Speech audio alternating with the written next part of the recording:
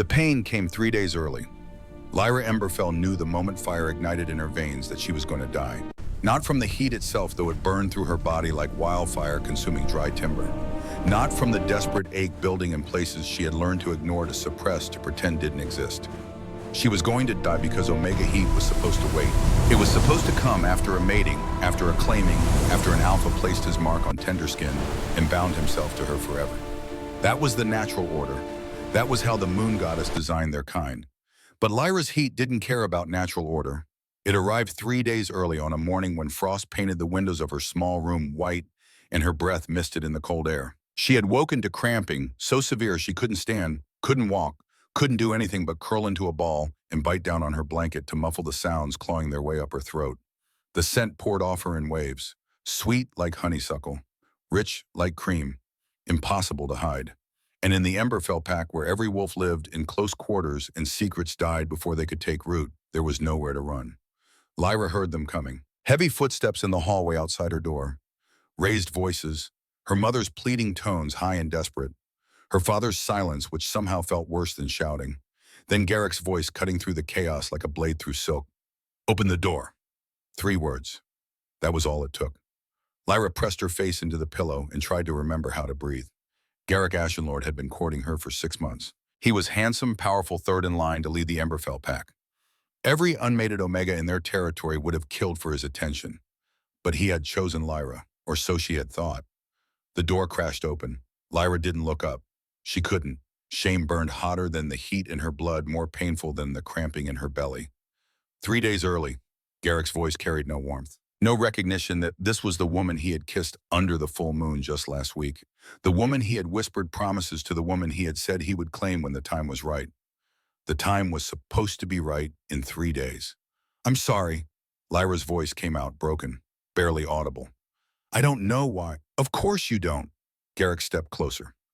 Lyra could smell him now, pine and smoke and winter air. The scent that had once made her feel safe now made her stomach turn. "Because you're broken, Lyra. Defective. What kind of Omega can't even manage a proper heat cycle?" The words landed like physical blows. Lyra forced herself to look up.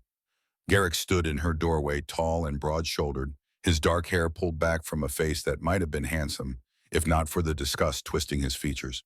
Behind him, she could see others, pack members, friends, people she had known her entire life. They had all come to watch. "Please."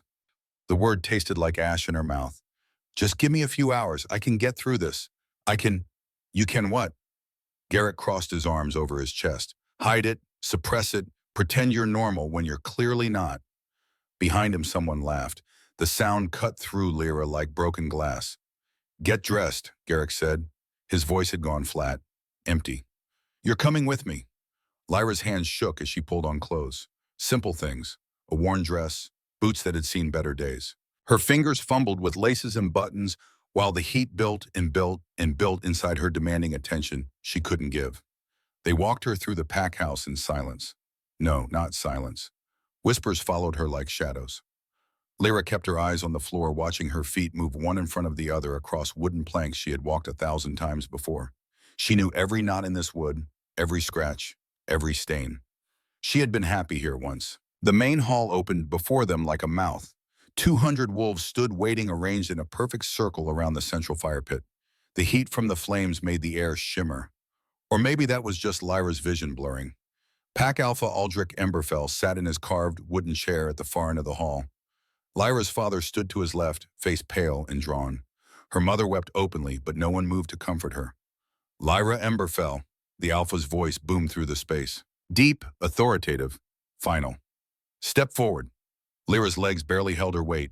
She stumbled forward, acutely aware of every eye tracking her movement. The Omega heat made her skin too tight, too hot. Her dress clung to her body, damp with sweat despite the winter cold. "You know why you're here?"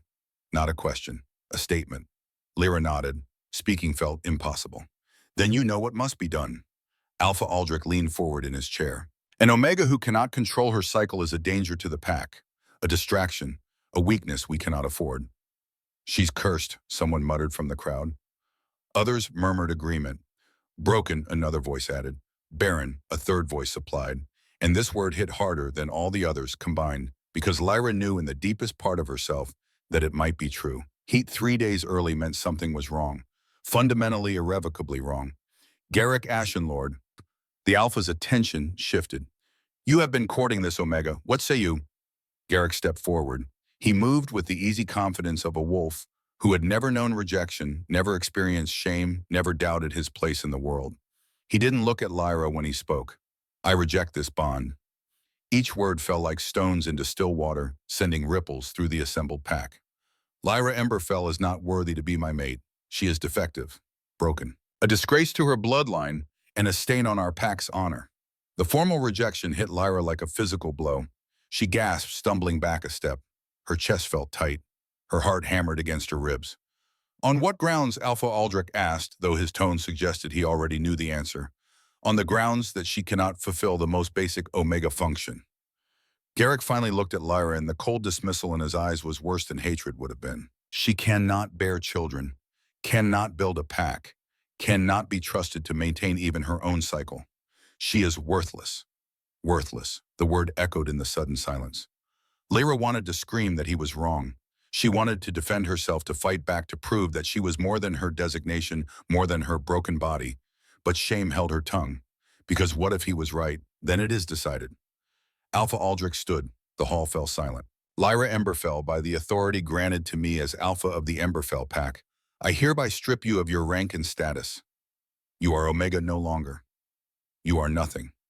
Lyra's knees hit the floor. She hadn't meant to kneel, but her legs simply gave out, dropping her into the mud-tracked floor of the hall. Cold seeped through her dress. She couldn't feel it past the heat still burning through her veins. Furthermore, the Alpha continued, you are banished from Emberfell territory. You will leave immediately, alone with nothing but the clothes on your back. Murmurs of approval rippled through the crowd. Into the frostbite blizzard, Lyra's mother cried out. Aldrich, please, that's a death sentence. Then perhaps the moon goddess will show more mercy than we have. The Alpha's expression remained carved from stone.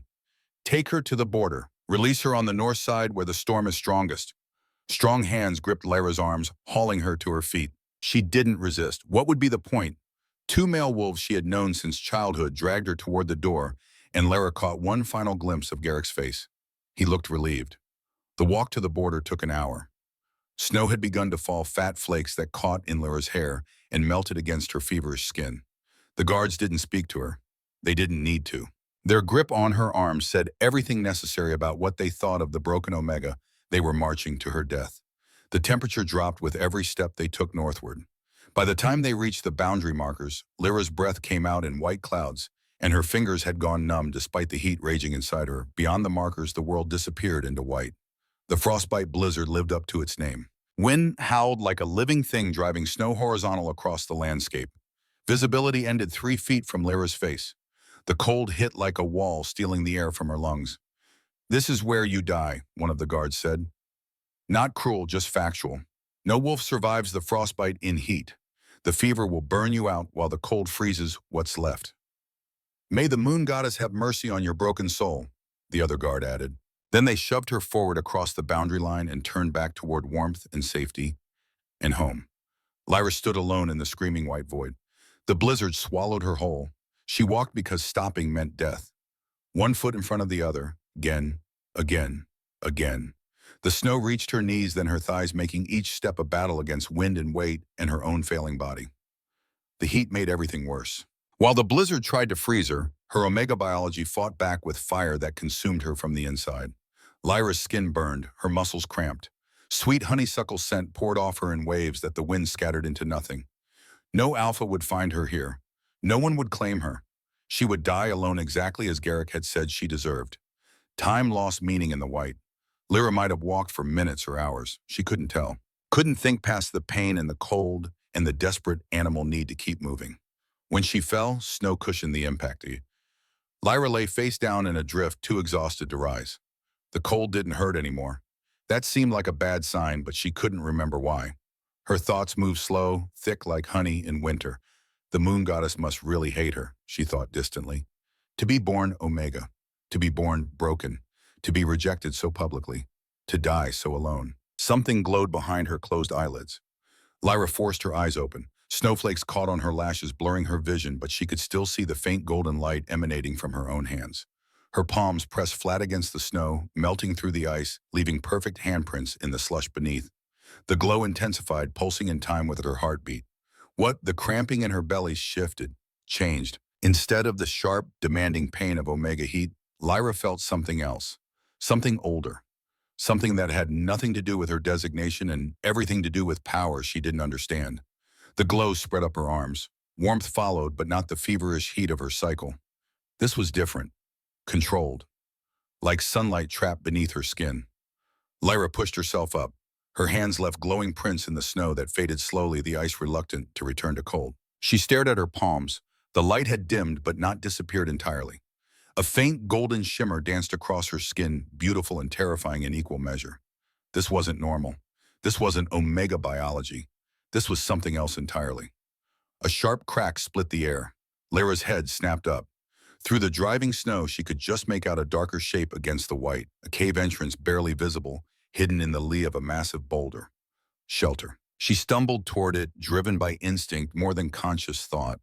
The cave mouth yawned before her like salvation, and Lyra fell into blessed darkness that offered protection from the killing wind. Inside, the blizzard's roar became a distant howl. Lyra collapsed against the cave wall, shaking from cold and heat and exhaustion. The glowing in her hands had faded to nothing, but she could still feel it lurking just beneath her skin, like a secret her body had been keeping. Her breathing echoed in the small space. She closed her eyes just for a moment, just to rest. The scent hit her first.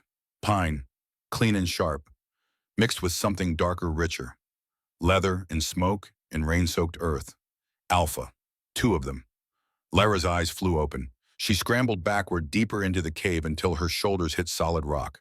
Her heart hammered against her ribs. Every instinct screamed at her to run, to hide, to make herself small and invisible. But she had nowhere left to run. As her eyes adjusted to the darkness, shapes resolved themselves from shadow. 2 massive forms lay sprawled across the cave floor, barely visible in the dim light filtering through the entrance. Men. No, not men. Alphas. Huge, even unconscious.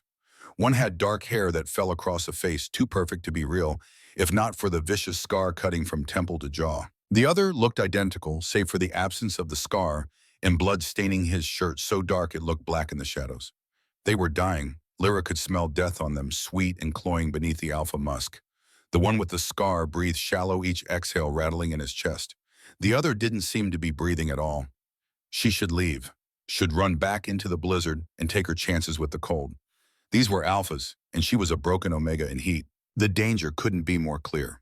But the golden glow was back, warming her palms, and Lyra found herself crawling forward instead of fleeing. Her hand touched the scarred alpha's chest. Lightning, pure electricity shot through her body so intense Lyra cried out. The alpha's eyes snapped open, silver in the darkness, glowing like moonlight on water. His hands shot up, wrapping around her wrist with impossible speed. He started, then stopped. His nostrils flared. His entire body went rigid. The other alpha moved. One moment unconscious, the next crouched in a fighting stance, despite the blood still seeping from multiple wounds. His eyes, identical silver, locked onto Lyra with an intensity that stole her breath. Mate, he growled. The word hung in the air between them. No, that was impossible. Lyra was broken. Defective. No alpha wanted her, let alone 2. But the scarred alpha still held her wrist, and where his skin touched hers, golden light bloomed. Not from her alone. The glow spread from the point of contact, racing up his arm across his chest, illuminating the cave with warm radiance. Impossible, the scarred alpha breathed. His grip on her wrist gentled, but didn't release. You're dying, Lyra said, finding her voice. You're both dying, I can feel it.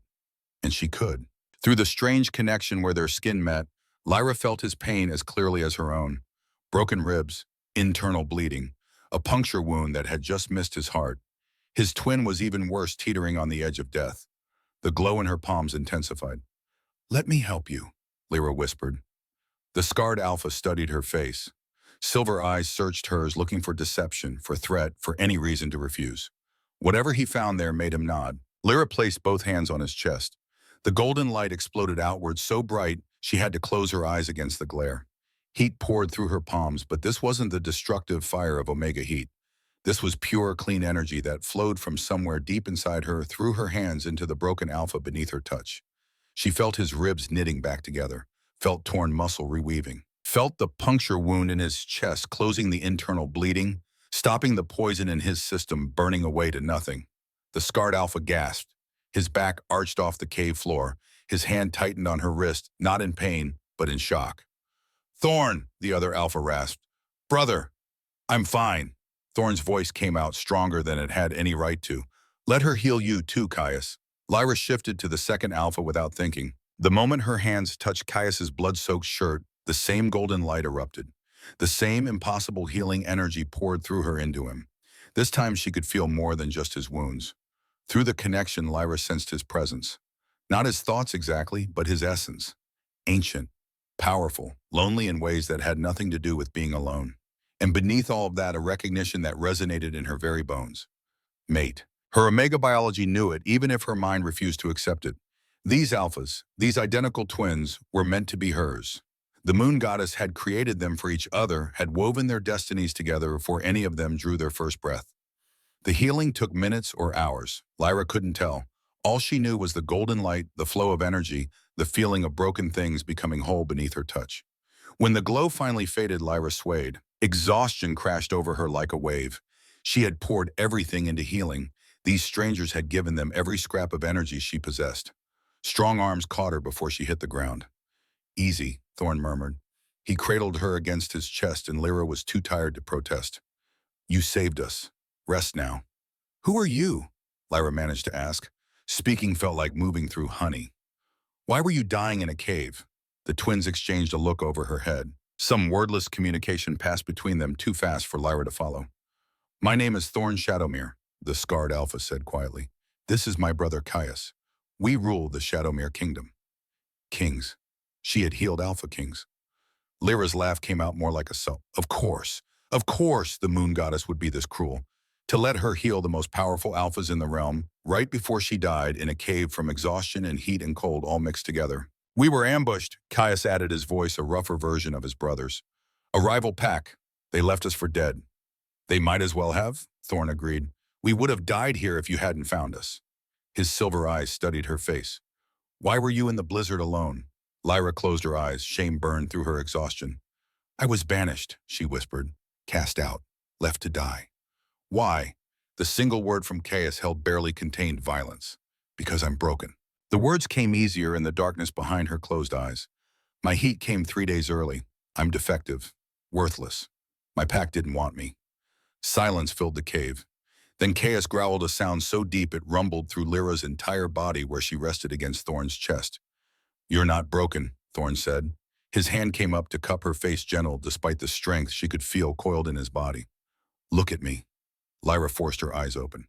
Thorn's face filled her vision close enough that she could count. His eyelashes could see gold flecks in his silver eyes. "You just healed wounds that should have killed us both," he said. Each word precise, deliberate, carrying weight. "You pulled us back from death itself. That's not broken, little healer. That's power. Ancient power that has nothing to do with your designation." "I don't understand," Lyra breathed. "Neither do we." Caius shifted closer, bracketing her other side. Two massive Alphas surrounding one exhausted Omega in a cave, while a blizzard raged outside. "But we're going to figure it out." "We," Lyra echoed. "You're our mate," Thorn said simply. "The bond formed the moment you touched me. You felt it. We all felt it." "That's impossible," Lyra protested weakly. "I'm broken. Defective. No Alpha wants." "We want you." Caius's hand joined his brother's, cupping the other side of her face. "We've been alive for 500 years, little healer. We've waited that long for the moon goddess to send us our mate. Do you really think we'd let you go now that we found you?" Lyra's heart hammered against her ribs. This couldn't be real. This had to be a fever dream, a hallucination brought on by heat and cold and exhaustion. But Thorn's hands felt solid and warm against her skin. Caius's scent wrapped around her like a blanket. The mate bond hummed between all three of them, growing stronger with every passing second. "I don't even know you," Lyra said. Her voice came out small and certain. "Then let us fix that." Thorn's thumb stroked across her cheekbone. "Let us take you home. Let us prove that you're not broken, not defective, not any of the lies your pack told you. Let us show you what it means to be claimed by Alpha Kings." Caius added, his voice dropping into a register that made heat pool low in Lyra's belly. Not the destructive heat of her Omega cycle, but something warmer, safer, wanted. Lyra's eyes burned with tears she refused to shed. She had spent her entire life being told she wasn't enough. Too weak, too broken, too omega to matter. But these alphas looked at her like she was precious, like she was powerful, like she was exactly what they had been searching for. The blizzard, Lyra managed. We're trapped here until... We'll wait it out, Thorn interrupted. We're not going anywhere. Not without you, Kias agreed. The cave fell quiet except for the distant howl of wind and the sound of three wolves breathing in sync. Lyra's exhaustion dragged at her, pulling her down into darkness. She fought it, afraid that if she slept, she would wake to find this all a dream. But Thorn's arms tightened around her, solid and real and safe. Sleep, little healer, he murmured against her hair. We'll keep watch. We'll keep you safe. And then when you wake, Caius added, his hand settling over hers, we'll begin teaching you what it truly means to be ours. The promise in those words should have terrified her. Instead, Lyra felt something unfurl in her chest. Something that had been locked away for so long, she had forgotten it existed. Hope. Her eyes drifted closed. The last thing she felt before sleep claimed her was golden light blooming where the three of them touched, warm and bright and alive. The broken Omega was broken no longer. The healing had just begun. Lyra woke to silk, not the rough wool blankets she had known her entire life, not the thin threadbare sheets from her room in the Emberfell pack house.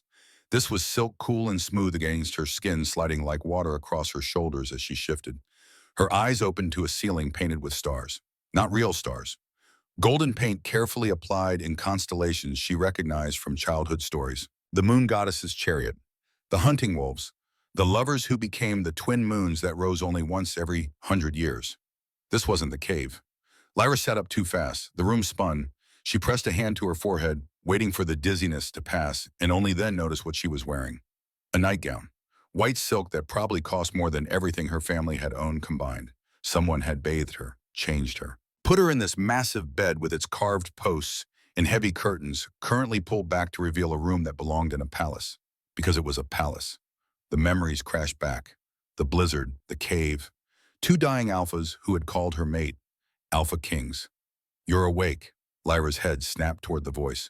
Thorn Shadowmere stood by the window, backlit by afternoon sun that turned his dark hair to black fire. The scar on his face looked less vicious in the golden light, more like a mark of survival than damage. He was beautiful in a way that made Lyra's chest ache. Where am I? Her voice came out rough from disuse. Shadowmere Palace. Thorn moved away from the window with fluid grace. He wore formal clothes, now black and silver, that emphasized his powerful build. You've been asleep for 2 days. 2 days. My heat, Lyra started, then stopped. She waited for the familiar cramping, the burning need, the desperate omega biology that had gotten her banished. Nothing. Her body felt calm, settled. The heat had broken completely, leaving only a faint warmth that had nothing to do with omega cycles and everything to do with the bond humming between her and the alpha approaching her bed. Broke the first night, Thorn confirmed. He settled into a chair beside her, close enough to touch, but carefully maintaining distance. Chaos and I stayed with you, made sure you were safe. Lyra's cheeks burned. She didn't want to think about what two Alpha Kings had witnessed while she rode out her heat unconscious. The sound she must have made. The scent she must have released. Nothing happened, Thorn said quietly, reading her expression. We would never claim you without your explicit consent, little healer. The bond doesn't give us that right. Little healer, the endearment settled over her like a blanket, warm but not suffocating. You carried me here, Lyra said. Not a question.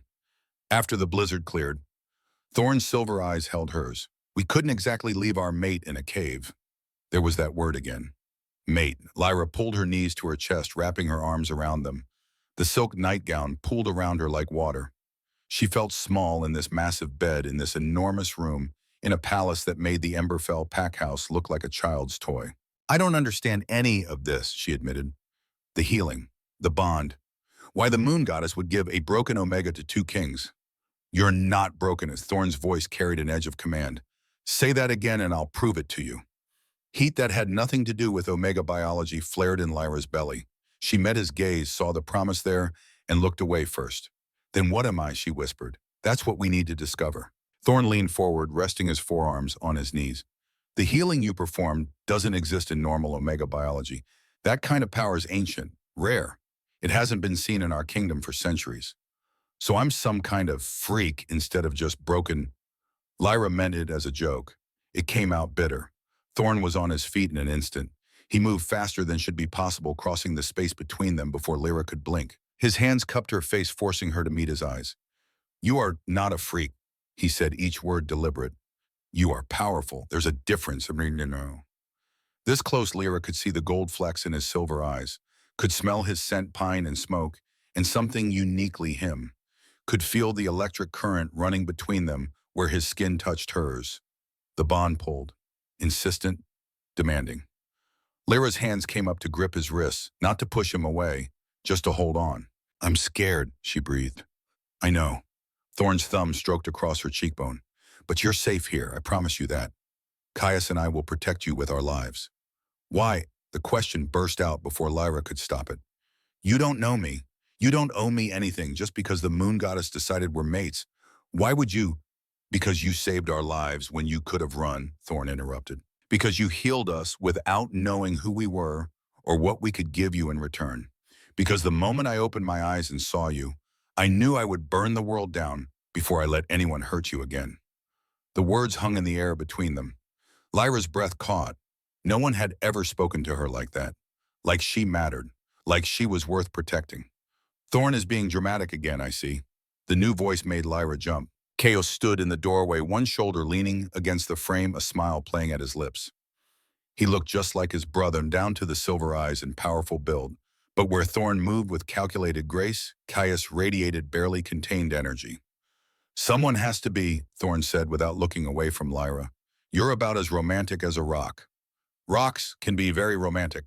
Caius pushed off the doorframe and stalked into the room. "Solid, dependable, good for throwing at people who annoy you." Despite everything, Lyra felt her lips twitch, almost a smile. Caius noticed. His own grin widened. "There she is," he said softly. "I was starting to think you'd forgotten how." Thorn released Lyra's face and stepped back, giving his brother room. Caius took the vacated chair, sprawling in it, with casual arrogance that somehow made Lyra's heart beat faster. "How are you feeling?" he asked. "Confused," Lyra admitted. "Overwhelmed. Like I'm dreaming and going to wake up back in the blizzard." "Not a dream." Caius reached out slowly, giving her time to pull away. When she didn't, his hand closed around hers. The electric spark jumped between them. "Feel that? That's real. The bond is real. You're really here, safe in our palace, and we're really going to figure out what you are and why your old pack was stupid enough to throw you away." Lyra's throat tightened. She blinked against the burn in her eyes. "Don't cry," Caius said, alarmed. "I'm terrible with crying. Thorn, you handle crying." "You're doing fine," Thorn said, but he moved closer anyway, settling on the bed beside Lyra. Let her feel what she needs to feel. And that permission, simple and freely given, broke something open in Lyra's chest. The tears came hot and fast. She cried for the pack that had rejected her, for the Alpha who had called her worthless, for the girl she had been so certain she was broken that she had almost accepted death rather than fight for herself. The twins didn't try to stop her. Thorn wrapped an arm around her shoulders. Caius kept hold of her hand. They let her cry until she had nothing left, until the tears dried up and left her feeling raw, but somehow lighter. "Better?" Thorn asked quietly. Lyra nodded against his shoulder. "Good." Caius squeezed her hand. "Because we need to talk about what happens next." Lyra pulled back, wiping at her eyes with her free hand. Both Alphas watched her with identical expressions of concern mixed with something darker. Something possessive. "What do you mean?" she asked. "You can't stay here as our mate," Thorn said carefully. "Not yet." The words hit like a slap. Lyra tried to pull her hand from Caius's grip, but he held firm. "Let me finish," Thorn continued. "The Shadowmere court is complicated, dangerous. There are wolves who would use you to get to us. Wolves who would see a mate as a weakness to exploit. Especially a mate who appears out of nowhere with no pack, no background, no protection," Caius added. His thumb rubbed circles on the back of her hand. "We need to be smart about this." "So what are you suggesting?" Lyra forced herself to meet Thorn's eyes. "That I hide, pretend the bond doesn't exist." "We're suggesting you stay as our royal healer," Thorn said. "Hide your Omega designation. Present yourself as a powerful healer who saved our lives. Let the court get used to your presence before we reveal the mate bond." Lyra wanted to argue, wanted to demand they claim her immediately, publicly, prove to everyone who had ever called her worthless that she was chosen by kings. But she had spent 23 years learning to read the currents of pack politics. She understood what they weren't saying. They were giving her time, time to adjust, time to grow stronger, time to become someone who could stand beside them as an equal instead of just another Omega hidden behind her Alpha's protection. How long, she asked. The twins exchanged one of their wordless communications. A few weeks, Thorn said. A month at most. Just until we can investigate your healing powers, understand what you are, and build you a foundation of respect that has nothing to do with being our mate. Will you be able to do it? Caius leaned forward. Hide what you are. Play the part of a common healer. Lyra thought about the years she had spent making herself small, making herself quiet, hiding her thoughts and opinions behind a mask of Omega docility. Yes, she said, I can do it. Then it settled. Thorn stood offering her his hand. Get dressed. It's time we introduced you to the Shadowmere court.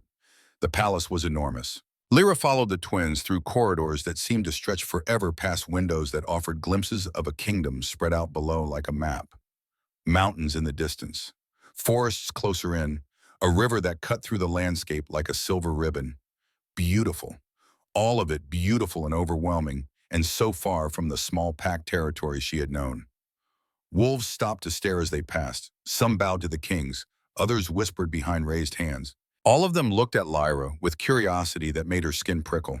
She wore borrowed clothes, simple but well-made, a healer's tunic and pants that allowed freedom of movement. Her hair was braided back from her face. She looked nothing like the mud-covered Omega who had stumbled into a cave during a blizzard. Ignore them, Urin, Caius murmured, close enough that his breath stirred the hair at her temple. They're always like this with anything new. They can sense what I am, Lyra said quietly. Can't they, even if I hide it? Some might suspect, Thorn agreed, but without our confirmation they won't be certain. Omega scent can be suppressed with the right herbs. We'll have the palace healers prepare a tincture for you. Suppressing her scent, hiding her designation. It felt wrong, like denying a fundamental part of herself. But Lyra understood necessity, understood survival. The throne room doors opened before them like a mouth. The space beyond stole Lyra's breath. Massive didn't begin to cover it. The ceiling soared 3 stories high, supported by columns carved to look like ancient trees. Windows lined both sides, letting in light that painted everything gold. And at the far end, 2 thrones sat side by side on a raised dais. 50 wolves filled the room, maybe more. All of them turned to watch as the kings entered. Lyra's instinct screamed at her to drop her eyes, to make herself small, to disappear into the background where Omegas belonged. But Thorn's hands settled on the small of her back. Warm, grounding. Walk with us, he said softly. Head high. So Lyra lifted her chin and walked into the throne room, flanked by 2 Alpha Kings, and tried to pretend her heart wasn't trying to beat its way out of her chest. Court is in session, Caius announced, his voice carrying through the massive space. We have an introduction to make. The assembled wolves fell silent, every eye fixed on Lyra. This is Lyra Emberfell, Thorn continued. She saved our lives during the ambush on the northern border. Without her intervention, both Caius and I would have died. Murmurs rippled through the crowd. Lyra caught fragments. Emberfell never heard of it. How did a nobody save the kings? As of today, Lyra serves as royal healer, Caius said. She will have access to all areas of the palace. She will attend council meetings, and she answers directly to us. More murmurs, louder now, confused, suspicious. A woman stepped forward from the crowd, tall, elegant, with hair like spun gold and eyes the color of amber. She wore a dress that probably cost more than Lyra's entire former pack had earned in a year. Your Majesties, the woman said, her voice silk over steel.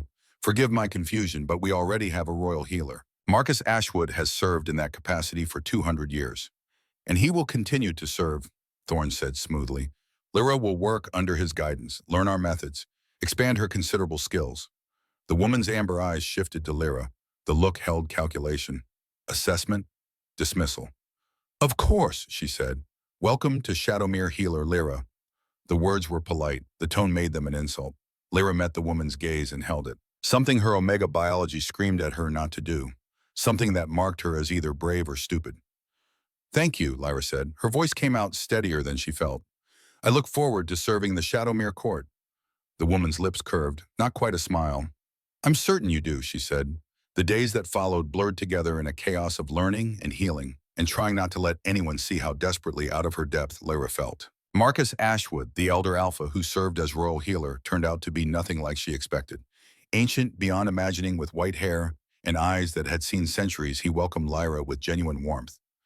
"The kings speak highly of your abilities," he said on her first day in the healing wing. "Show me what you can do." Lyra worked. She healed warriors who came to the wing with training injuries. She learned the palace's extensive stores of herbs and medicines. She studied anatomy texts that made her previous education look like child's scribbles. And slowly, carefully, she let her power out. Not the full golden glow that had saved the kings. That would draw too much attention.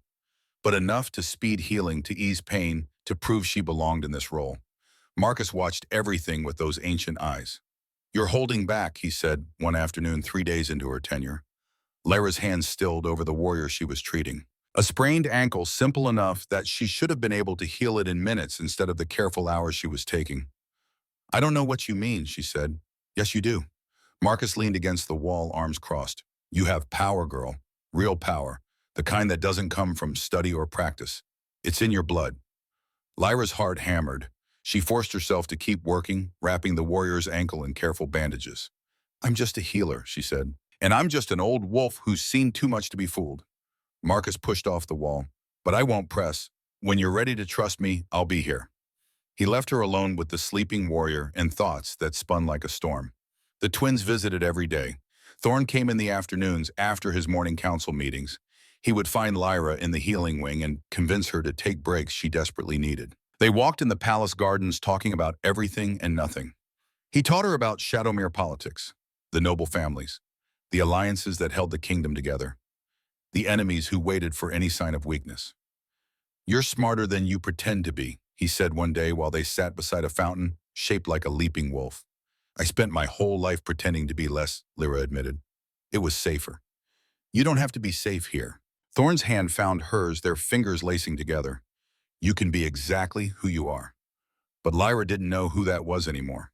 The broken Omega from Emberfell felt like a stranger. The powerful healer the Shadowmere court was beginning to respect felt like a mask. Somewhere in between was the real her.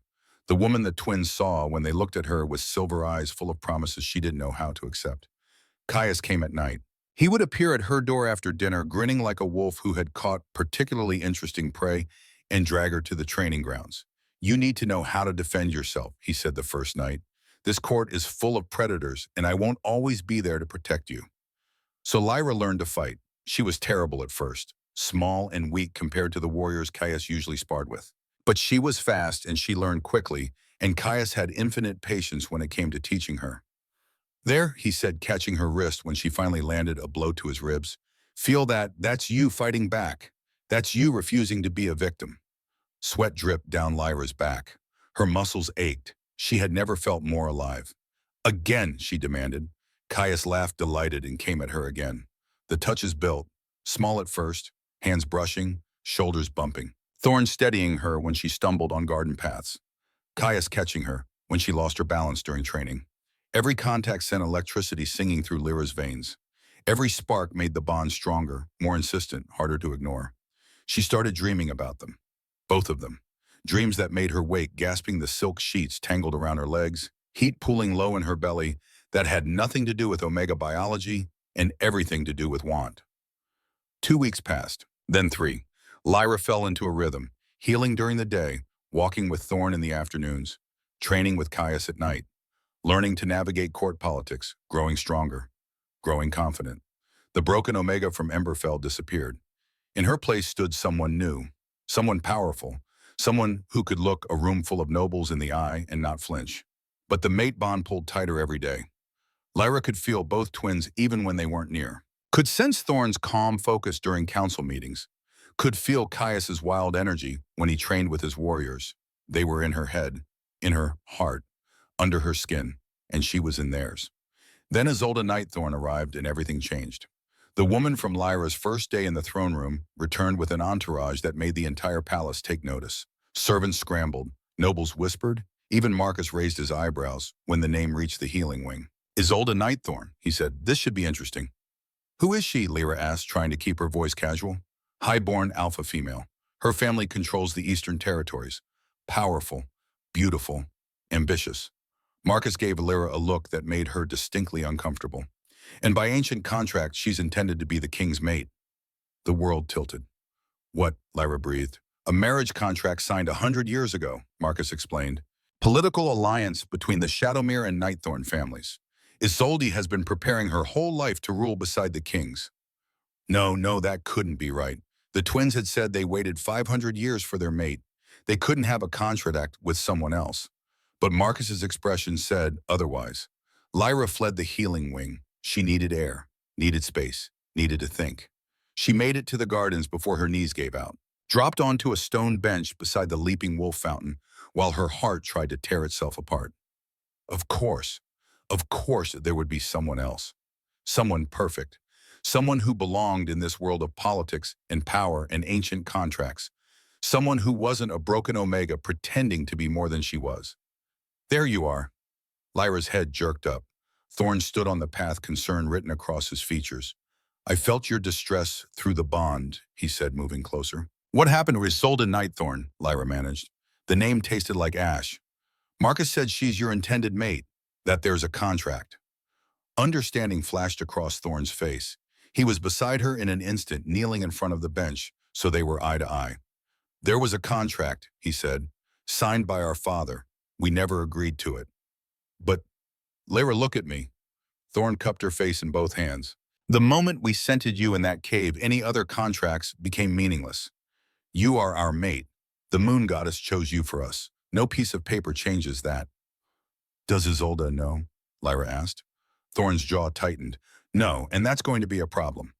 He was right. Isolde appeared at dinner that night wearing a dress that made her look like she had stepped out of a fairy tale. Spun gold and silver thread, cut to emphasize every perfect curve. She took the seat to Thorn's right like she owned it, smiling at the assembled court like a queen already crowned. Lyra sat further down the table in the section reserved for high-ranking servants.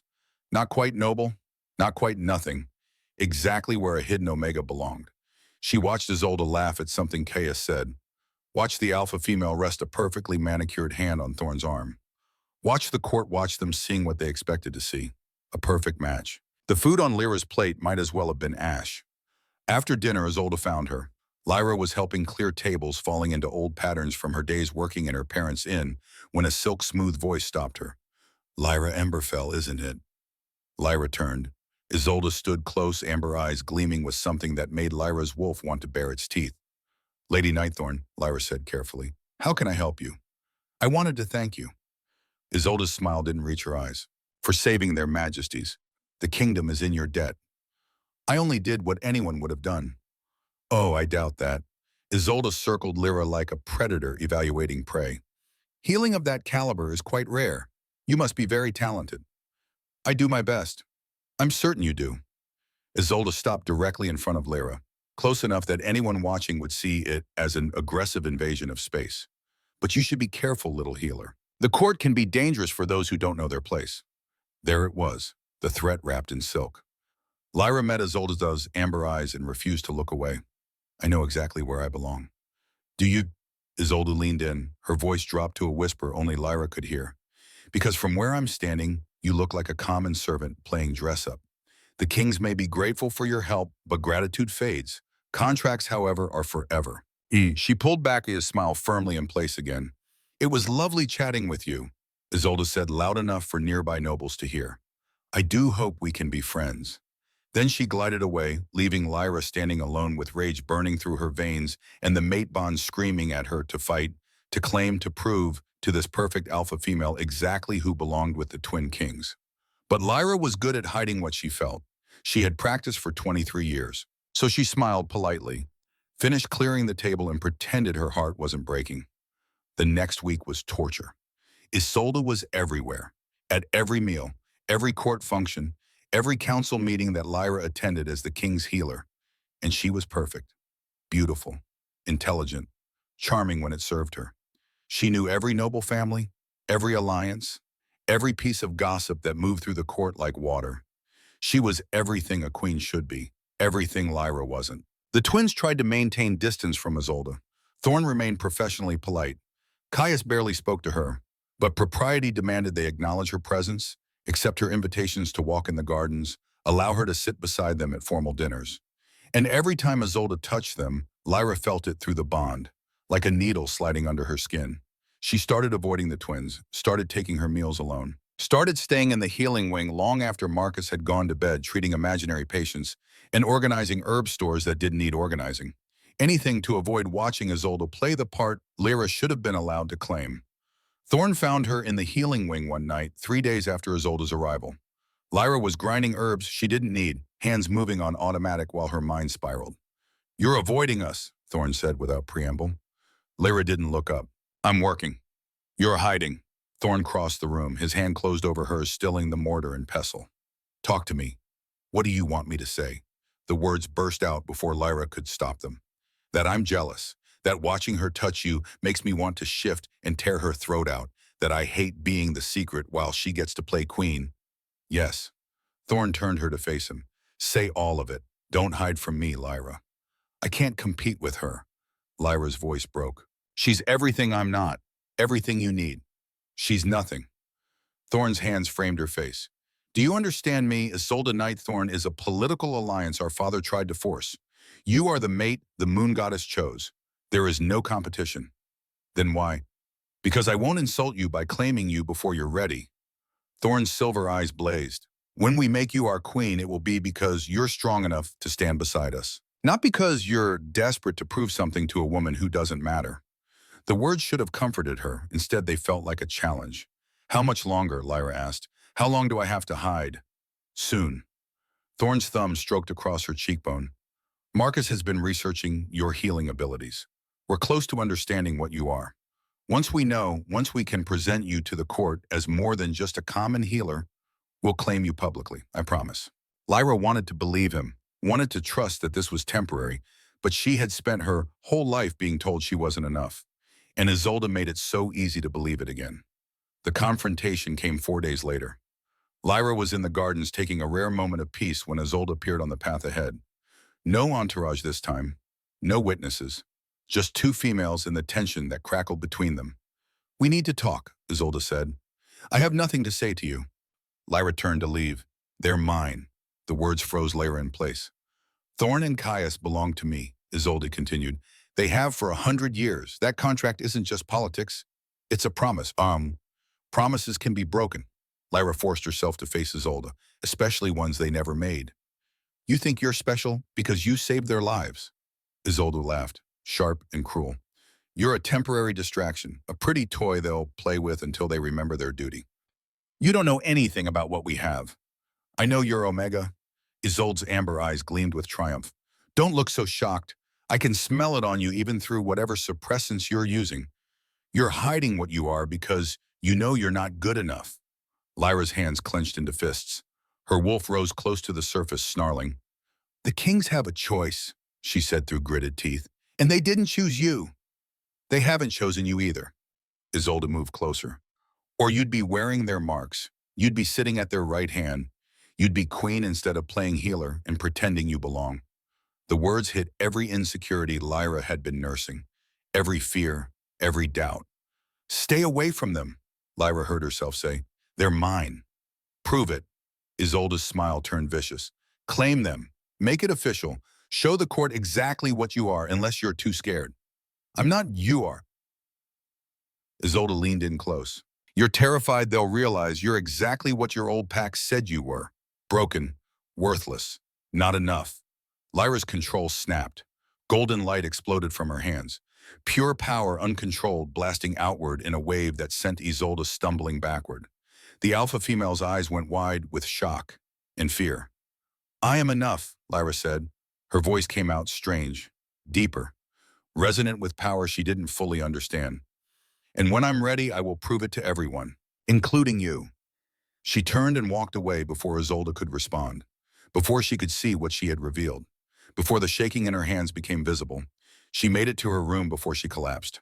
The twins found her there an hour later, curled on her bed, trembling with reaction and fear, and the knowledge that she had just shown Isolde exactly what she was hiding. Thorn gathered her into his arms without a word. Caius locked the door and settled on her other side. "I know what happened," Thorn said quietly. Half the palace felt that power surge. "I'm sorry," Lyra whispered against his chest. "I lost control. I ruined everything." "You didn't ruin anything." Caius's hand stroked through her hair. You stood up for yourself, for us. That's not weakness. Isolde knows what I am now. Good. Thorne's arms tightened around her. Let her know, let the whole court know. We're done hiding. Lyra pulled back to look at him. What? The council meets tomorrow, Thorne said. We'll present Marcus's findings about your bloodline. We'll explain what you are and why you're here, and then we'll claim you before everyone. But you said I needed to be ready. You are ready, Caius cupped her face. You've been ready. We were the ones being too cautious, too worried about protecting you from court politics. But Isolde, we'll learn that contracts mean nothing compared to the moon goddess's will, Thorne finished. Trust us, little healer. Trust yourself. Tomorrow everything changes. That night, Lyra couldn't sleep. She paced her room, mind spinning with possibilities. Tomorrow the court would learn the truth. Tomorrow she would either be accepted or destroyed.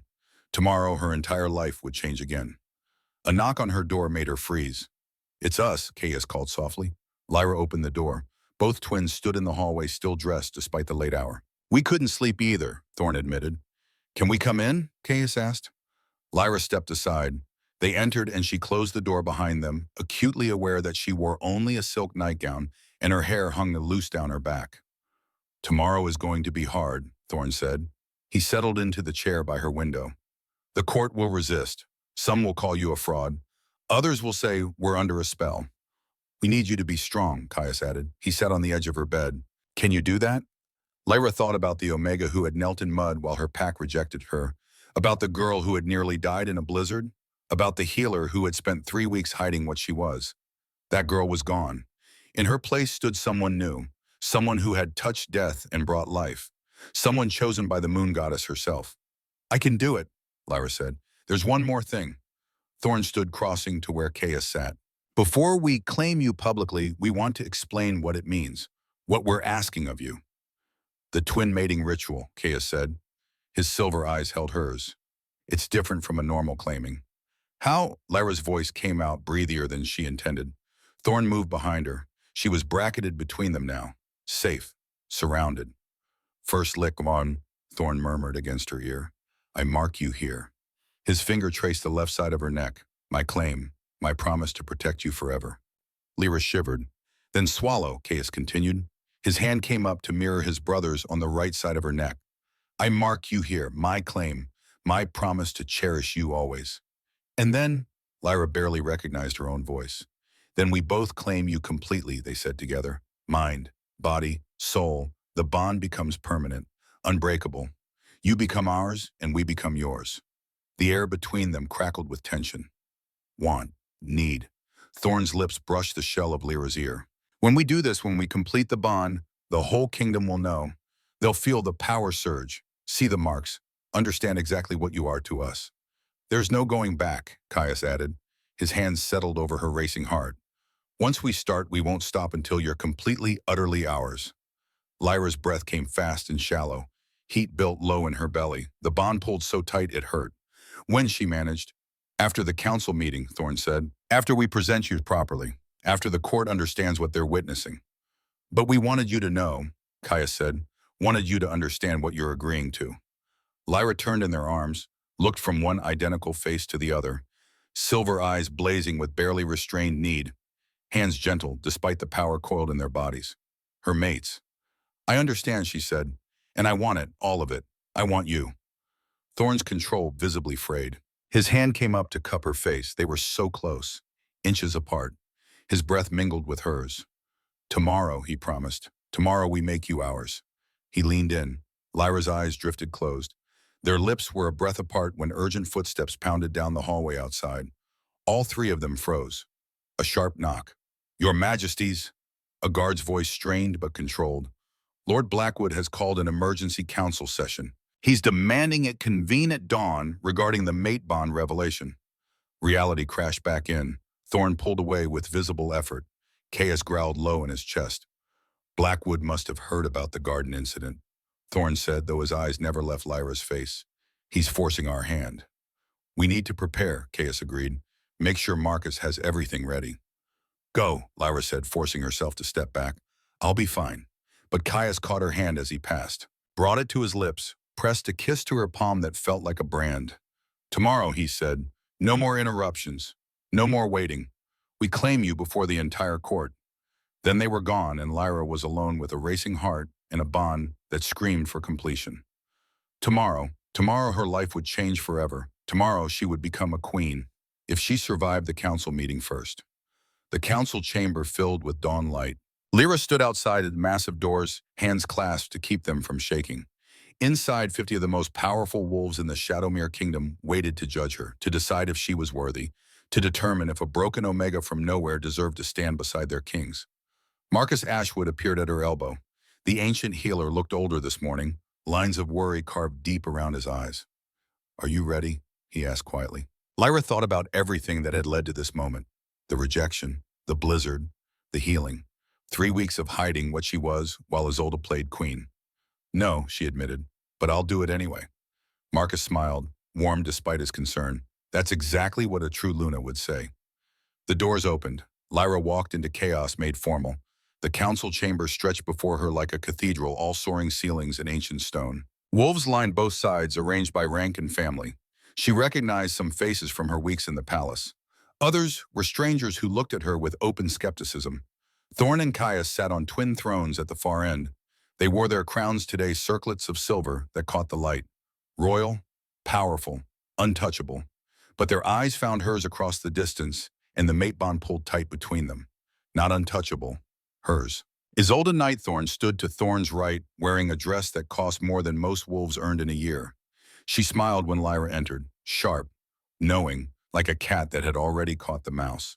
Lyra lifted her chin and walked forward, head high, just like Thorn had taught her that first day.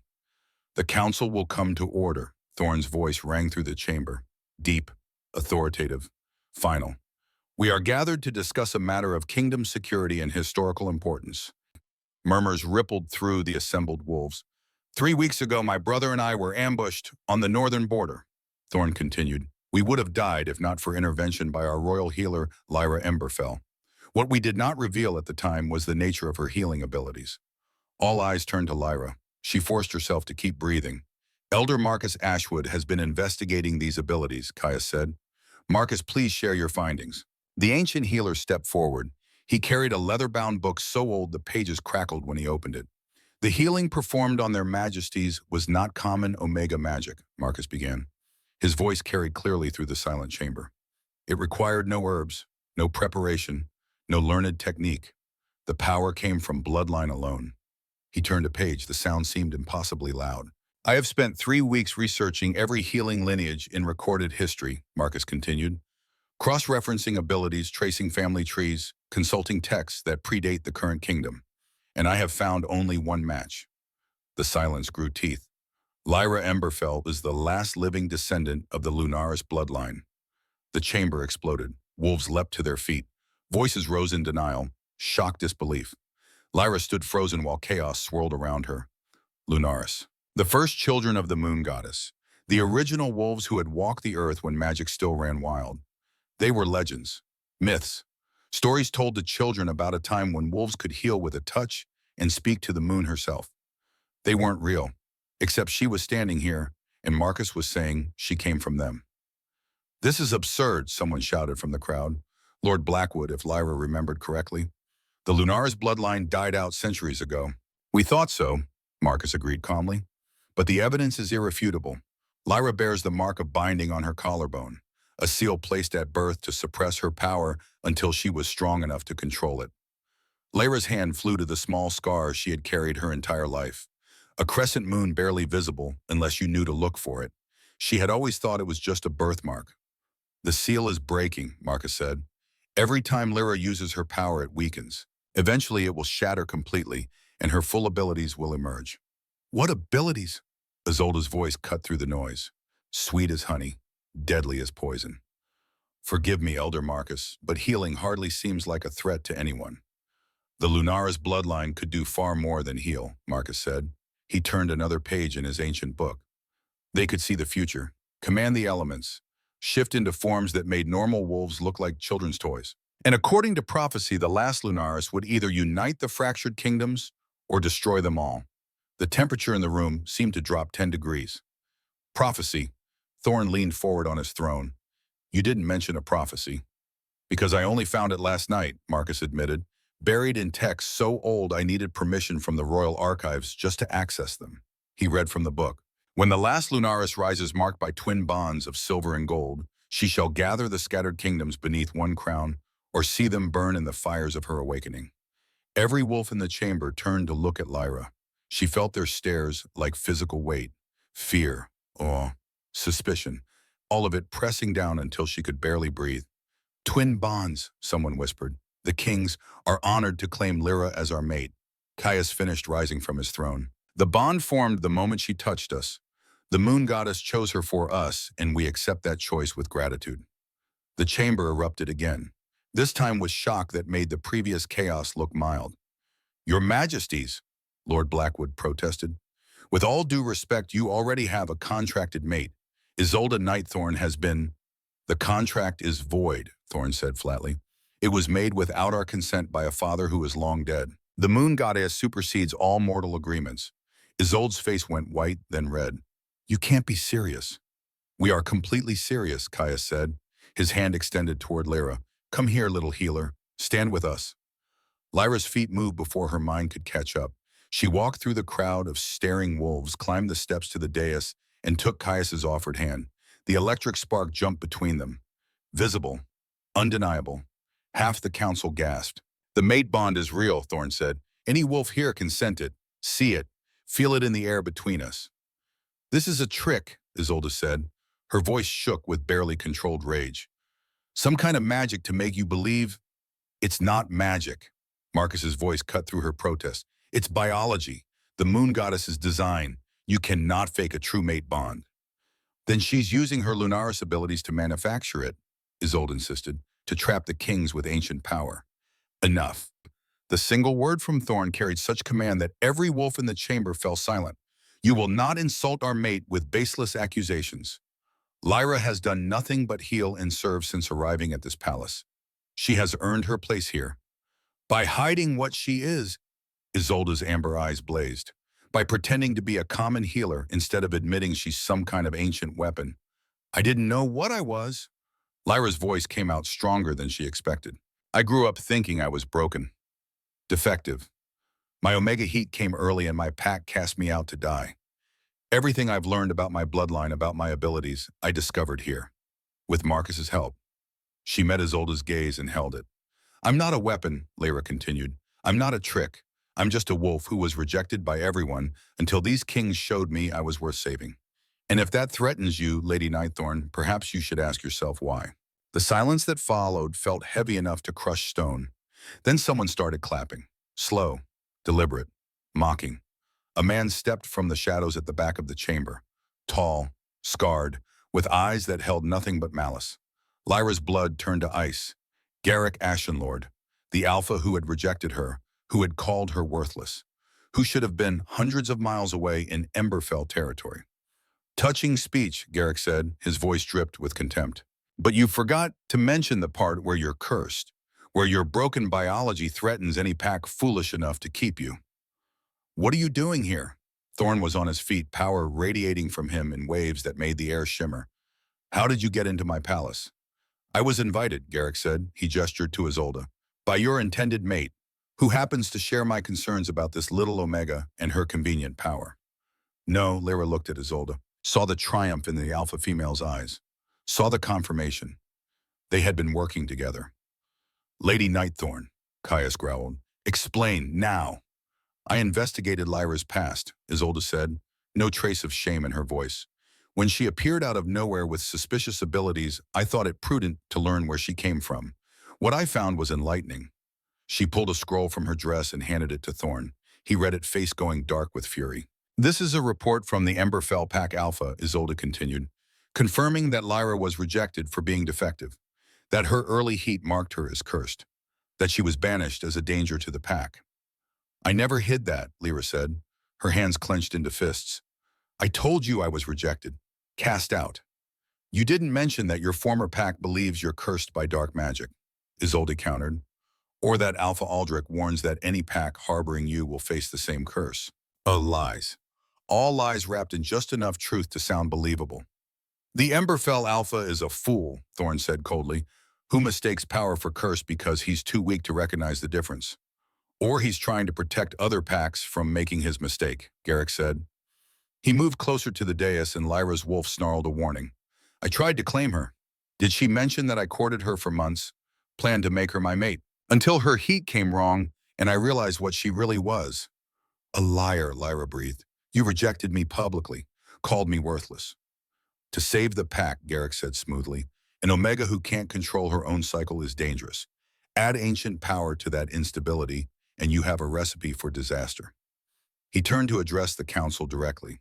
I came here to warn you, Garrick said. Lyra Emberfell, or whatever she's calling herself now, is not a blessing from the moon goddess. She's a threat. The prophecy Marcus read speaks of destruction as much as unity. Do you really want to risk your kingdom on the broken Omega? Murmurs of agreement rippled through some of the assembled wolves. Lyra felt the moment shift, felt support that had been tentative harden into suspicion. These nobles didn't know her, didn't trust her.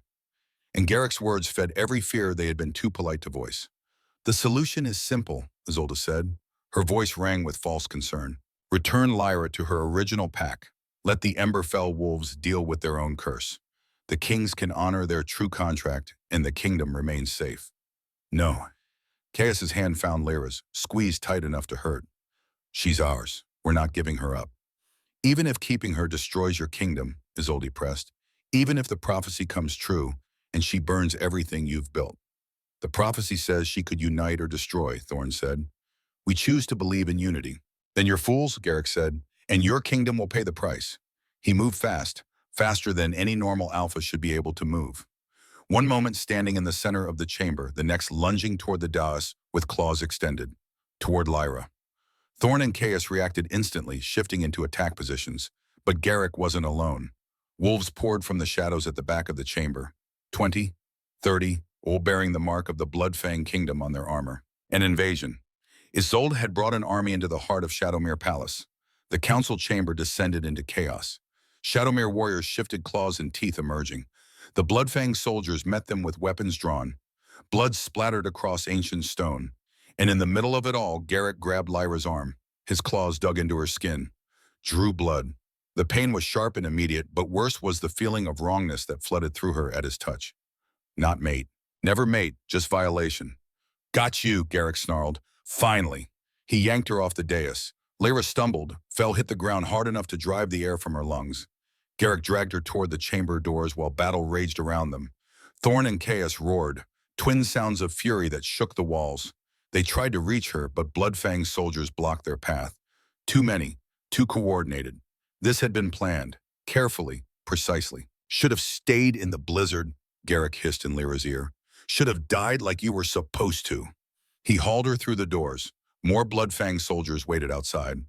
They surrounded Garrick and his prize, forming a protective circle as they moved through the palace corridors. Lyra struggled, clawed at Garrick's arm, tried to channel the golden healing light into something that could burn instead of mend. Nothing happened. The seal on her collarbone burned. Hot, painful, keeping her power locked away when she needed it most.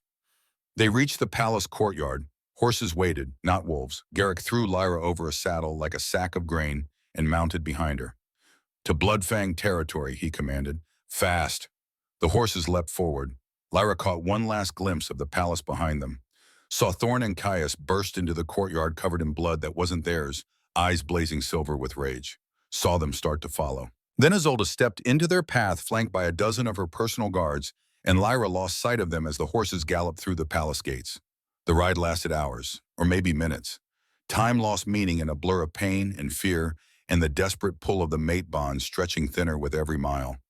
They stopped at a ruin, ancient walls jutting from the earth like broken teeth, the remains of some long-dead kingdom now serving as a meeting place for traders. Garrick dragged Lyra from the horse and threw her to the ground. She landed in dirt that smelled of decay and old blood. Chain her, Garrick ordered. Soldiers moved to obey. Heavy iron shackles closed around Lyra's wrists, around her ankles. They chained her to a pillar in what had once been a throne room, now open to the sky. Isolde arrived an hour later looking far too pleased with herself. That went better than expected, she said, dismounting with practiced grace. The Shadowmere court is in chaos. The twins are trapped dealing with cleanup, and we have the little Luna all to ourselves. Not for long, Garrick said. He crouched in front of Lyra. The twins will come for her. Of course they will. Isolde's smile turned vicious. That's the point. We'll break her seal, take her power, and when her mates arrive to rescue her, they'll find a weapon pointed at their hearts. You can't break the seal, Lyra said. Her voice came out rough but steady. It's tied to my bloodline, only I can release it. We'll see about that. Garrick pulled a knife from his belt. The blade gleamed silver in the fading light. Pain has a way of breaking even the strongest seals. He pressed the blade to Lyra's collarbone, right over the crescent moon scar. The metal burned like ice against her skin. Tell me how to break it, Garrick demanded, or I start cutting. Lyra met his eyes, saw the desperation there, the fear poorly hidden beneath anger. You're terrified, she realized, of the prophecy, of what I might become. Damn right I'm terrified, Garrick snarled. An Omega with the power to unite or destroy kingdoms. That kind of power in the hands of someone unstable is everyone's nightmare. I'm not unstable. You went into heat 3 days early, Garrick said. That's the definition of unstable. Add Lunara's power to that chaos and you become a bomb waiting to explode. He pressed the blade harder. Blood welled around the silver metal. Lyra bit back a scream. Tell me how to break the seal, Garrick repeated. No. The blade cut deeper. Pain exploded through Lyra's shoulder. She felt the seal crack, felt power trying to leak through the fractures. But not enough, not nearly enough. Garrick cursed and pulled the blade back. We'll try a different approach. He nodded to Isolde. The alpha female produced a vial of liquid so dark it looked black. Bloodfang poison, Isolde said pleasantly. Developed specifically to break magical seals. It won't kill you, just hurt. A lot. She uncorked the vial and poured it over Lyra's collarbone. Where the poison touched broken skin, it burned like acid. Lyra screamed. The sound tore from her throat involuntarily. Pain beyond anything she had ever experienced consumed her. Ate through her. The seal cracked further. Power poured out in uncontrolled bursts. Golden light exploded outward. The chains holding Lyra rattled. The ancient walls groaned. More, Garrick demanded. Keep going until the seal shatters completely. Isolde poured more poison. Lyra screamed again and again and again. Through the agony, through the burning, she felt the mate bond. Thorn and Caius, somewhere in the distance, feeling her pain, racing toward her with every ounce of speed they possessed. Hold on, Thorn's voice echoed in her mind through the bond. We're coming. But they were too far away. Miles and miles of territory between them. Lyra would break before they arrived. The seal cracked, splintered. The crescent moon scar on her collarbone split wide open and power poured out like water from a broken dam. Golden light became violet silver. Pure Lunaris magic, ancient and wild, flooding through Lyra's body with force that made her bones ache. Yes, Garrick breathed. Finally. He reached for the power, tried to grab it, control it, make it his. The magic burned him. Literally. His hand came away, smoking skin blackened where it had touched the light. It won't let me take it, he snarled. The power is bound to her bloodline. Then we kill her, Isolde said coldly. Take whatever power we can from her corpse and hope it's enough. Garrick raised the silver blade. Lyra saw her death reflected in its surface. She wasn't ready to die, not like this, not chained and helpless while the wolves who loved her raced desperately to reach her in time. The violet silver light intensified. Lyra felt something shift inside her. The seal was broken completely now, nothing holding back the full force of her Lunaris heritage. Ancient power recognized ancient blood. Lyra's eyes snapped open, no longer brown, glowing violet silver bright enough to hurt. I am not yours to break, she said. Her voice came out layered, multiple tones, human and wolf, and something far older. I never was. The chain shattered. Iron exploded outward in fragments that embedded themselves in the walls. Lyra stood, power crackling around her like lightning, and for the first time in her life she felt whole. The broken Omega was truly gone. In her place stood a Luna, a goddess's daughter, a force of nature wrapped in flesh. Garrick stumbled backward. Fear replaced the greed in his eyes. No, this isn't possible. You wanted my power, Lyra said. The violet silver light spread from her hands up her arms. Let me show you what it really is. She shifted, not into a normal wolf, into something that made normal wolves look like puppies. White fur erupted across her skin. Her bones realigned. Her body grew, and grew, and grew. When the shift completed, Lyra stood twice the height of a normal wolf. Her fur glowed white with violet undertones. Her eyes blazed silver bright enough to read by. Power radiated from her in waves that made the air shimmer. the Luna form, the shape of the first wolves. The goddess's chosen children made flesh and fury. Garrick tried to run. Lyra was faster. She moved like lightning, crossing the distance between them in a heartbeat. One massive paw caught him mid-flight, slamming him to the ground hard enough to crack stone. "Please," Garrick gasped. Blood ran from his mouth. "I was just trying to protect my pack." "By torturing me," Lyra's voice came out as a rumble that shook the ruins. "By trying to steal what was never yours." "I'm sorry," Garrick wheezed. "I was wrong, I see that now." "You were wrong when you called me worthless," Lyra said. "When you rejected me publicly. When you left me to die in a blizzard. You don't get to be sorry now." She raised her paw, claws extended, each one the length of a dagger. Garrick screamed. The sound cut off abruptly as Lyra struck. Quick, clean. Merciful despite everything. She turned to face Isolde. The alpha female had backed against the wall, amber eyes wide with shock and fear. "You wanted to be queen," Lyra said. "Wanted the power that came with standing beside the Shadowmere kings." "I was promised," Isolde whispered. "The contract means nothing," Lyra finished. "You were never their mate, never chosen by the moon goddess. Just a political arrangement made by wolves too concerned with power to consider destiny." Isolde straightened her spine. Some of her composure returned. "So what now? You kill me too. Prove you're just as dangerous as everyone feared." Lyra considered. The power thrumming through her veins wanted blood, wanted vengeance, wanted to eliminate every threat to her mates, her bond, her future. But she was more than power, more than instinct. She was Lyra, the healer, the woman who saved lives instead of taking them. "No," Lyra said. She shifted back to human form, stood naked and covered in blood that wasn't hers but didn't care. "I'm going to let you live, so you can tell everyone what happens when they threaten what's mine." Isolde's face went pale. "Run," Lyra said, one word, layered with command that made Isolde's wolf whimper in submission. "Run to whatever kingdom will have you, and know that if you ever threaten my mates again, I won't be this merciful." Isolde ran. Lyra stood alone in the ruins, power still crackling around her, and felt the mate bond surge. They were close. So close. Thunder of hooves. Thorn and Chaos burst into the clearing, followed by an army of Shadowmere warriors. They were in wolf form, massive and deadly eyes blazing silver with rage. They skidded to a stop when they saw Lyra. Human, naked, standing over Garrick's body with violet silver light still dancing across her skin. The twins shifted back to human, covered in blood and dirt and looking more dangerous than Lyra had ever seen them. "Are you hurt?" Thorn demanded. He crossed to her in 3 strides, hands running over her body, checking for injuries. "I'm fine," Lyra said. "The seal broke. I killed Garrick." Isolde ran. "We'll hunt her down," Caius promised. He shed his cloak and wrapped it around Lyra's shoulders. "Make sure she never threatens you again." "Later," Lyra said. She was shaking now, reaction setting in. "Right now I just need—" Both twins pulled her into their arms, surrounded her. Let her feel their solid presence, their safety, their fierce protection. "We felt you break," Thorn murmured against her hair. Felt the seal shatter. The power that came through the bond was terrifying. Caius finished. "Beautiful, ours." Lyra laughed. It came out half-sob. I shifted, fully, into Luna form. "We know," Thorn said. "Half the kingdom probably felt it. That kind of power doesn't hide." "Good." Lyra pulled back to look at them. "I'm done hiding. Done pretending to be less than I am. If the court can't accept what I am, what we are together, then they can leave," Caius said firmly. "We rule this kingdom, not them, and we choose you." "We've always chosen you," Thorn added, "from the moment we scented you in that cave. Nothing changes that."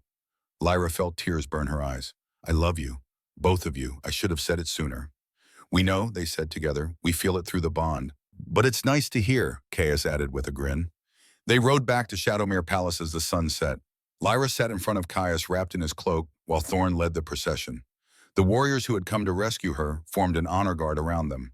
By the time they reached the palace, word had spread. The courtyard filled with wolves. Hundreds of them. Come to see the Luna who had awakened, the Omega who had killed her former Alpha and claimed her power. Lyra expected fear, expected suspicion. Instead, she saw awe. The twins helped her dismount. She stood before the assembled crowd, still wearing only Caius's cloak, still marked with blood and power. "The Lunaris Luna has risen," Thorn announced, his voice carried across the courtyard. "As prophesied, as chosen by the moon goddess herself. And tomorrow," Caius continued, We will complete the mate bond before you all, so there can be no doubt, no question. Lyra is ours and we are hers. The crowd erupted in cheers, not universal. Lyra could still see some faces twisted with doubt or fear, but most of the wolves present were celebrating, accepting, ready to witness their king's claim a Luna worthy of legend. A warrior approached Thorn speaking urgently in low tones. Thorn's expression darkened, then cleared. Isolde's guards surrendered the moment they realized their mistress had fled. Thorn announced to the assembled court. They now fill our dungeons awaiting trial for treason.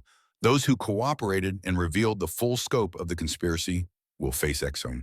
The rest will face the king's justice. The crowd murmured approval. That night Lyra bathed. Let servants wash away the blood and dirt and pain. Let them dress her in silk and braid her hair with silver thread.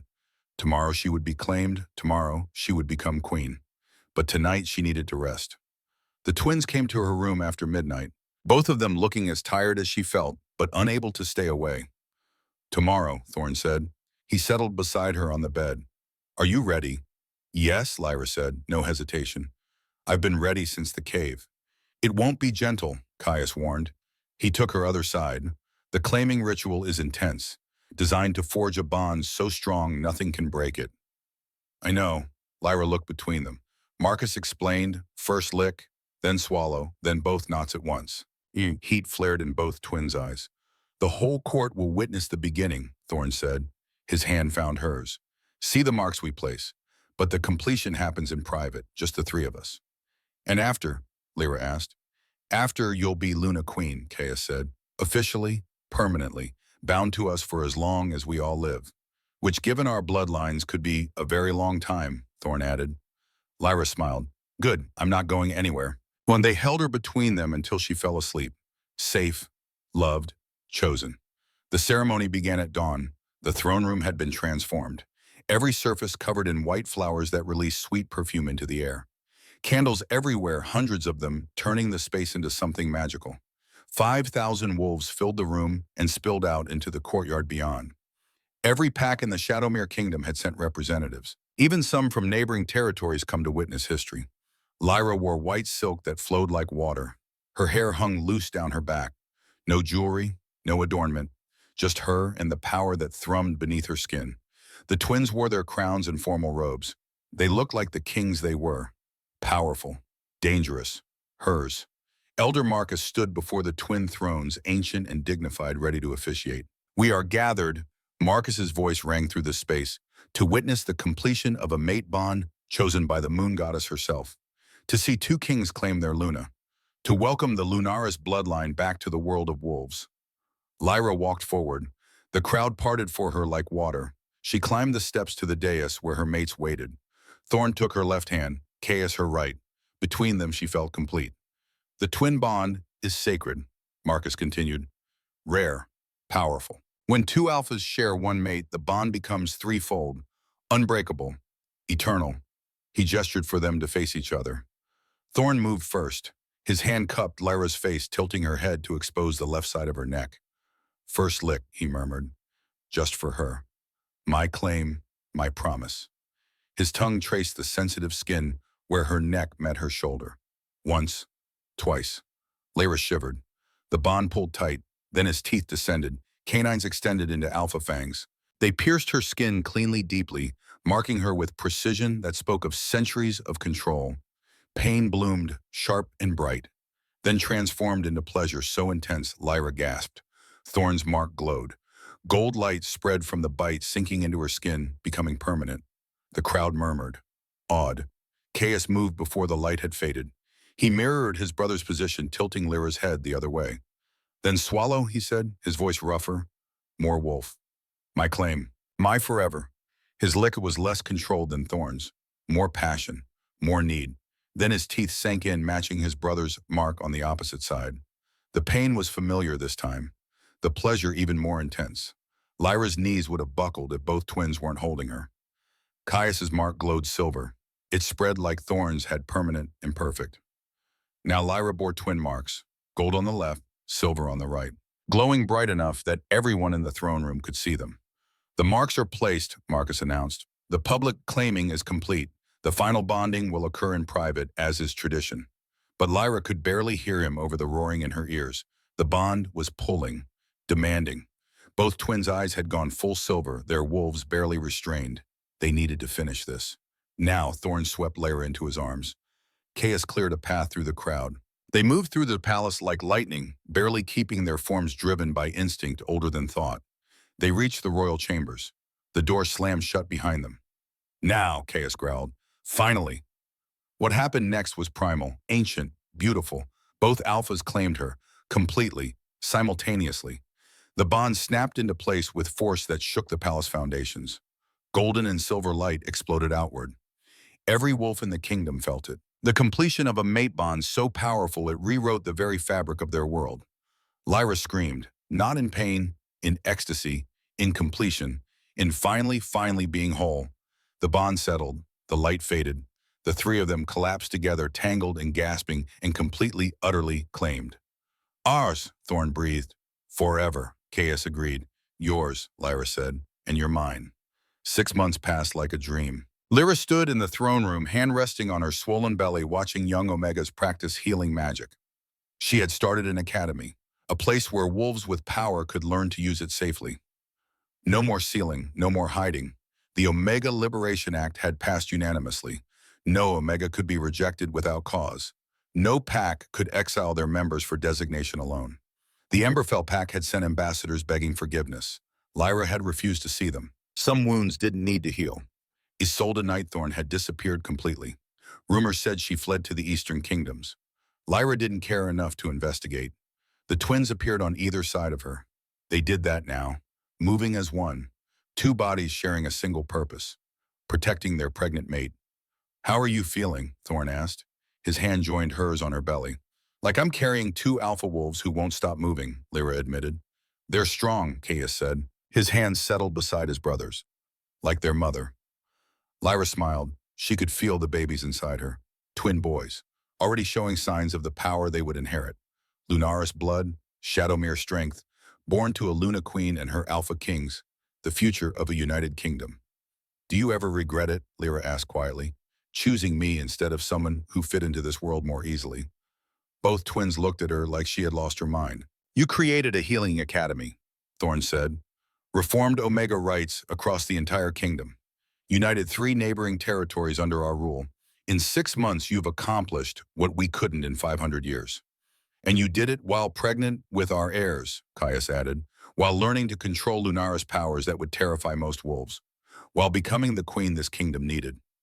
They called you broken, Thorn said. He turned her to face him. Cursed, worthless. And you became our salvation, Caius finished. Lyra felt tears prick her eyes. Happy tears, grateful tears. She had come so far from the Omega kneeling in mud while her pack rejected her. From the girl who had nearly died in a blizzard. From the healer hiding what she was. Now she was Luna Queen, mother-to-be, the most powerful wolf in the kingdom. And she was exactly where she belonged. The babies kicked. Both twins felt it through their hands on her belly. They grinned identical grins that made Lyra's heart swell. Soon, Thorn said. Very soon, Caius agreed. And then our family is complete, Lyra said. She looked out over the throne room. At the young Omegas learning they didn't have to hide. At the court that had come to respect their Luna Queen. At the kingdom, spreading beyond the palace walls, united and strong and just. This was her legacy. Not the power, not the prophecy, but the lives she had changed, the wolves she had freed. The future she was building for her sons. They had called her cursed. She became their salvation. And she would spend the rest of her very long life proving that broken things, when given the chance, could become unbreakable.